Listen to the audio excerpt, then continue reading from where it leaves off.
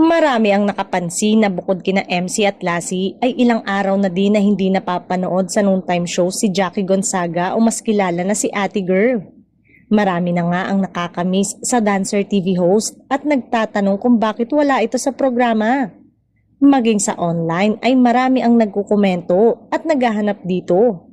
Ang ilan ay nag-aalala na baka nagkaproblema ito at pinagpapahinga ni Vice Ganda na siya mismo ang manager ng TV host.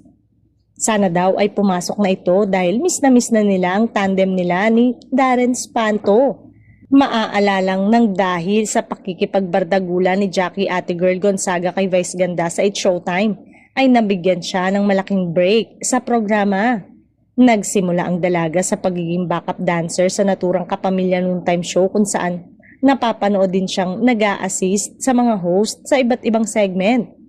Kasunod nga nito ay nabigyan na ng maraming exposure si Jackie sa show dahil nga pak na pak sa madlang people ang batuhan nila ng hugot lines hanggang pumatok na ang kanilang tandem na Vice Jack.